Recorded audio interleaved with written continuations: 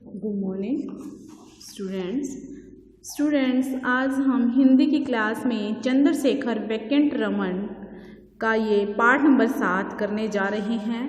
इस पाठ के अंदर चंद्रशेखर वेंकट रमन की जीवनी है, यानी जीवन के बारे में ही ये पाठ लिखा हुआ है।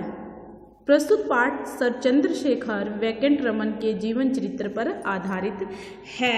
अपने अथक परिश्रम, लगन और सूझबूझ से उन्होंने किस प्रकार नोबेल पुरस्कार प्राप्त किया, आओ इस पाठ में पढ़ें। कौन सा पुरस्कार मिला हुआ था उनको? नोबेल पुरस्कार। सन 1930 में एक भारतीय वैज्ञानिक अपनी महत्वपूर्ण वैज्ञानिक खोजों के कारण भौतिक विज्ञान का नोबेल पुरस्कार प्राप्त कर सका और संपूर्ण पूरा संसार के वैज्ञानिकों द्वारा सम्मानित हुआ, यानी पूरे संसार के वैज्ञानिकों ने उन्हें सम्मानित किया, मान सम्मान दिया। विज्ञान जगत में गौरव प्राप्त कर भारतीयों का मस्तक ऊंचा करने वाला भारत का यह सपूत था चंद्रशेखर वेंकट रमन। क्या नाम था इनका? चंद्रशेखर वेंकट रमन। चंद्रशेखर वेंकट रमन का जन्म दक्षिण भारत में त्रिचनापल्ली नगर में 7 नवंबर 1888 ईस्वी में हुआ था। कब हुआ था इनका जन्म? 7 नवंबर 1888 ईस्वी में। और कहाँ पर हुआ था? त्रिचनापल्ली में। ये यहाँ पे दिखाया हुआ है त्रिचनापल्ली, ठीक है। इनके पिता चंद्रशेखर अय्यर एक साधारण हैसियत के आदमी थे। कैसे आदमी थे? साधारण व्यक्ति थे, वो किसी बड़े पद पर नहीं थे। रमन बचपन से ही बहुत प्रतिभाशाली थे। शरीर तो इनका बहुत दुबला पतला था, किंतु बुद्धि बहुत तीक्ष्ण थी। तीक्ष्ण मतलब तेज, बहुत ज़्यादा इंटेलिजेंट थे ये। उन्होंने केवल 13 वर्ष की अवस्था में ही वोल्टेयर से इंटरमीडिएट की परीक्षा उत्तीर्ण की। कितने साल की एज में? 13 वर्ष की आयु में। इसके बाद वे मद्रास के प्रेसिडेंसी कॉलेज में प्रविष्ट हुए। कौन से कॉलेज में उन्होंने एडमिशन लिया था? मद्रास के प्रेसिडेंसी, ठीक है। और अपनी प्रखर प्रतिभा के कारण थोड़े ही दिनों में शिक्षकों के स्नेह पात्र हो गए। स्नेह पात्र यानी शिक्षक इनका बहुत ज़्यादा प्यार करने लगे। उन्हें बचपन से ही विज्ञान से प्रेम था। किससे प्रेम था इनको? विज्ञान से। एमएससी में उन्होंने अपना प्रिय विषय भौतिक विज्ञान ही लिया। एक दिन एक सहपाठी ने भौतिक विज्ञान की एक समस्या अपने अध्यापक के सम्मुख रखी, जिसका हल वे न बता सके। रमन ने उसकी पूर्ण व्याख्या कर दी और उस पर एक मौलिक निबंध लिखा, जो विलायत के एक पत्र में प्रकाशित हुआ। इससे पता चलता है कि वो कितने इंटेलिजेंट थे। जो चीज़ टीचर को ना पता हो और वो किसने बताई? रमन जी ने बताई, तो कितने वो बुद्धिमान होंगे, कितनी तेज उनकी बुद्धि होगी। इस सफलता से उनका उत्साह और भी बढ़ा और सहपाठी तथा शिक्षक भी उनका विशेष आदर करने लगे।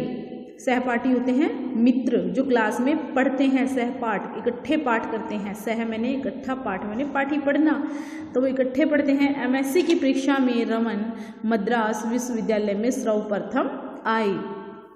इस कारण उन्हें सरकारी छात्रवृत्ति देकर विलायत भेजने की व्यवस्था हुई। विलायत मतलब विदेश में भेजने की व्यवस्था हुई, किंतु अस्वस्थता के कारण डॉक्टर ने उन्हें विलायत जाने की स्वीकृति नहीं दी। अस्वस्थता यानी उनका शरीर स्वस्थ नहीं था, कोई किसी दिक्कत की वजह से उन्हें डॉक्टर ने विदेश में जाने के लिए स्वीकृति यानी उनको परमिशन नहीं दी। उच्च शिक्षा समाप्त कर लेने पर आगे अध्ययन का कोई मार्ग न रहने पर रमन को विवश होकर आय व्यय विभाग में अधिकारी पद पर कार्य करना पड़ा। आय व्यय विभाग में नौकरी कर लेने पर भी रमन का विज्ञान प्रेम विज्ञान के क्षेत्र में कार्य करने के लिए उन्हें प्रेरित करता रहा। उसके लिए वे कोई मार्ग ढूंढ ही रहे थे कि उन्हें कोलकाता में स्थापित इंडियन एसोसिएशन ऑफ साइंस नामक संस्था का पता लगा। अवकाश के समय वे वहाँ वैज्ञानिक प्रयोग करने लगे।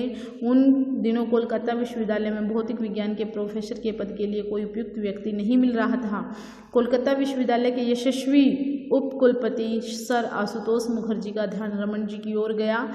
उनकी प्रतिभा से प्रभावित होकर उन्होंने विश्वविद्यालय में उन्हें प्रोफेसर नियुक्त करना चाहा। उनकी प्रार्थना पर रमन ने सरकारी नौकरी के अधिक वेतन और भविष्य की उन्नति के लोभ को छोड़कर विज्ञान की सेवा करना स्वीकार कर लिया और वे भौतिक विज्ञान के प्रोफेसर नियुक्त हो गए। देख लो, उन्होंने अपनी सरकारी नौकरी छोड़कर किस चीज़ में उनका इंटरेस्ट था? विज्ञान में, साइंस में। साइंस के लिए प्रोफेसर बनना ज़्यादा सही समझा अपनी सरकारी नौकरी के तुलना में। प्रोफेसर रमन की आरंभ से ध्वनि के संबंध में रुचि थी और उन्होंने इस संबंध में बहुत सी महत्वपूर्ण खोजें की।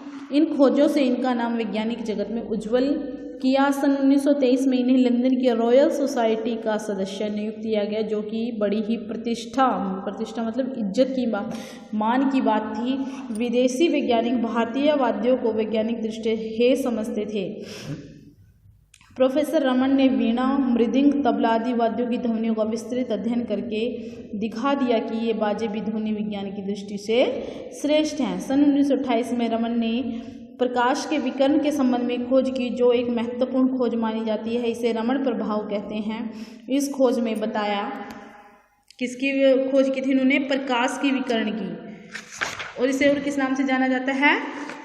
रमन प्रभाव के नाम से भी जाना जाता है।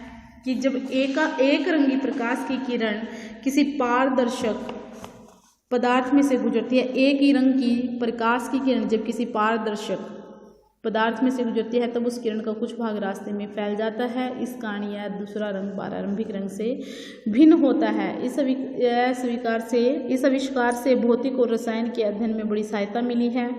रमन प्रभाव की खोज करने पर वे नोबेल पुरस्कार से पुरस्कृत किए गए। पुरस्कृत मतलब इनाम दिया गया उनको। इस वीडियो में इतना ही। Thank you.